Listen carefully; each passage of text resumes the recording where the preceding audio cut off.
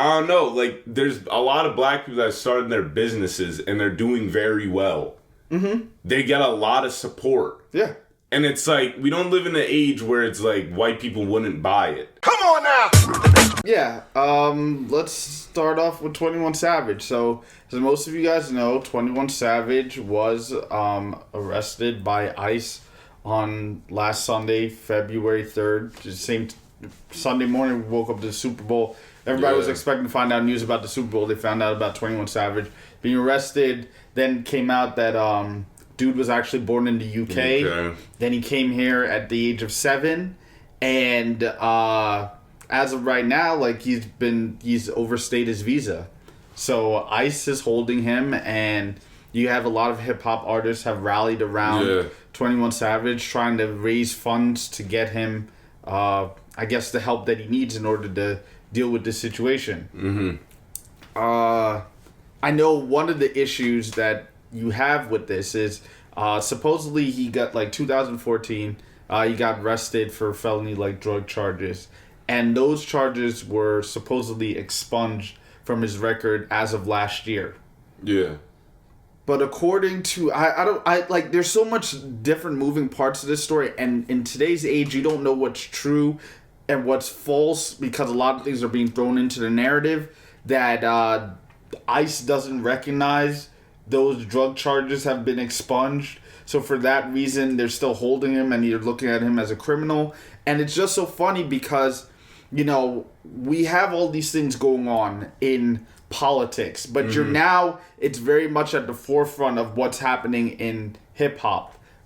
So I think it's a good time to actually talk about immigration and what that means in terms of this, because as we should all look at the world, is that it's connected. Everything is connected, and there's all these moving parts.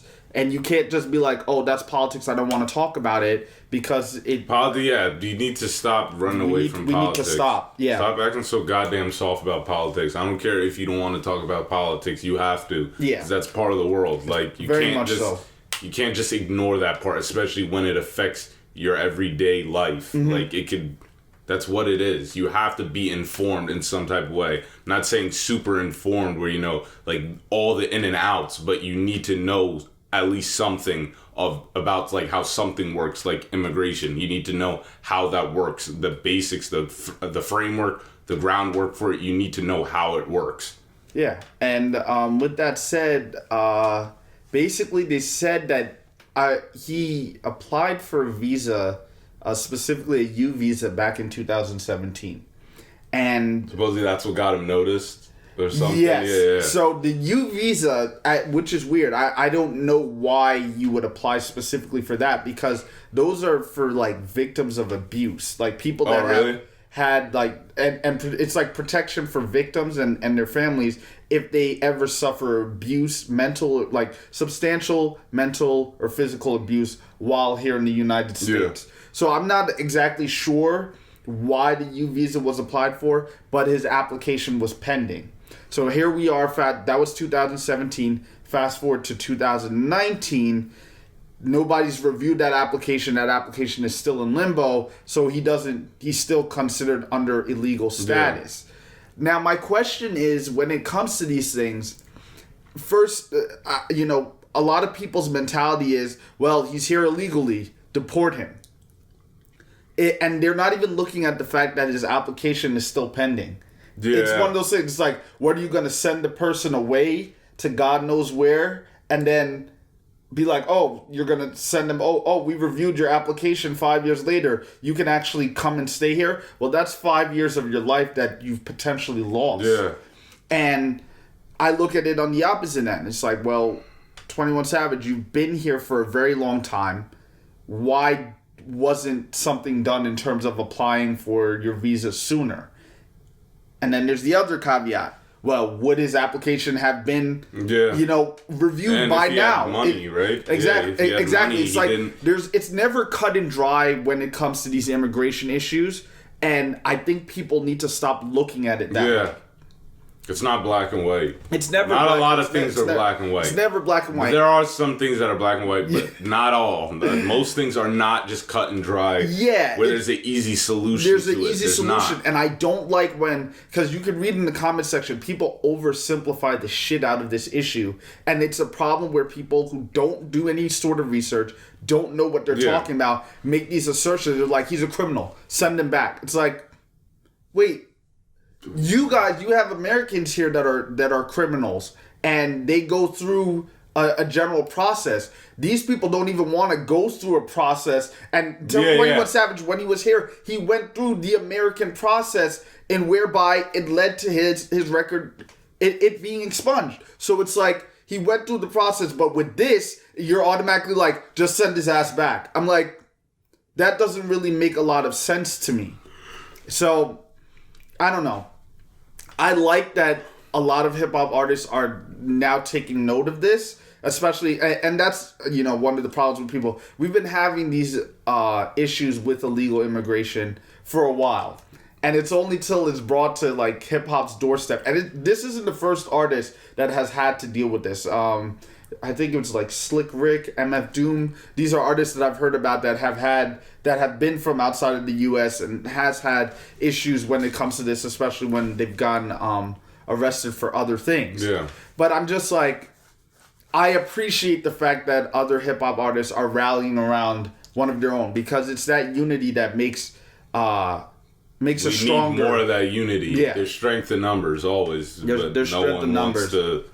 Yeah, but it's such a complicated issue, and I like that the narrative has shifted to focusing on this, opposed to 21 Savage is from the UK. He's not from Atlanta. I mean, he lived. I don't care. Yeah, he lived in Atlanta for how many years? He lived in Atlanta more than he lived in the UK. The UK, so he's from Atlanta. He's from Atlanta for all intents and purposes. But the only thing that's why.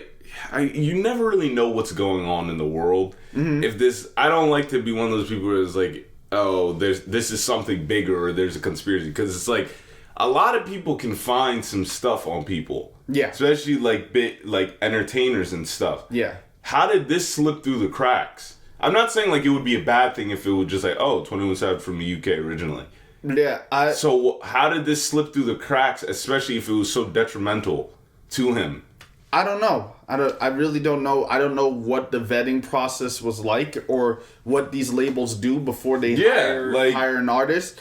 There's been speculation that his label was aware of his status and were the ones that possibly encouraged him to seek the visa back in 2017. Okay. Because 21 Savage is not a new artist. He's been around for a while. So it becomes a question of where is this coming from. Some people have a conspiracy theory. I think they even said 21 Savage believes that he was intentionally targeted because he, on his last record, the last album that he put out, he was not only talking about the Jewish thing, but he mentioned like immigration and how the immigration officials are treating people. So he looks at it as he put a target on his back. That's crazy. I don't know. I don't know. Really it's hope a possibility. That's not true, bro. It's very. It doesn't surprise me if it wasn't, because that is the American way. FBI, come on. Yeah, that is the American way. Like, but it's kind of weird. It's just like somebody was like,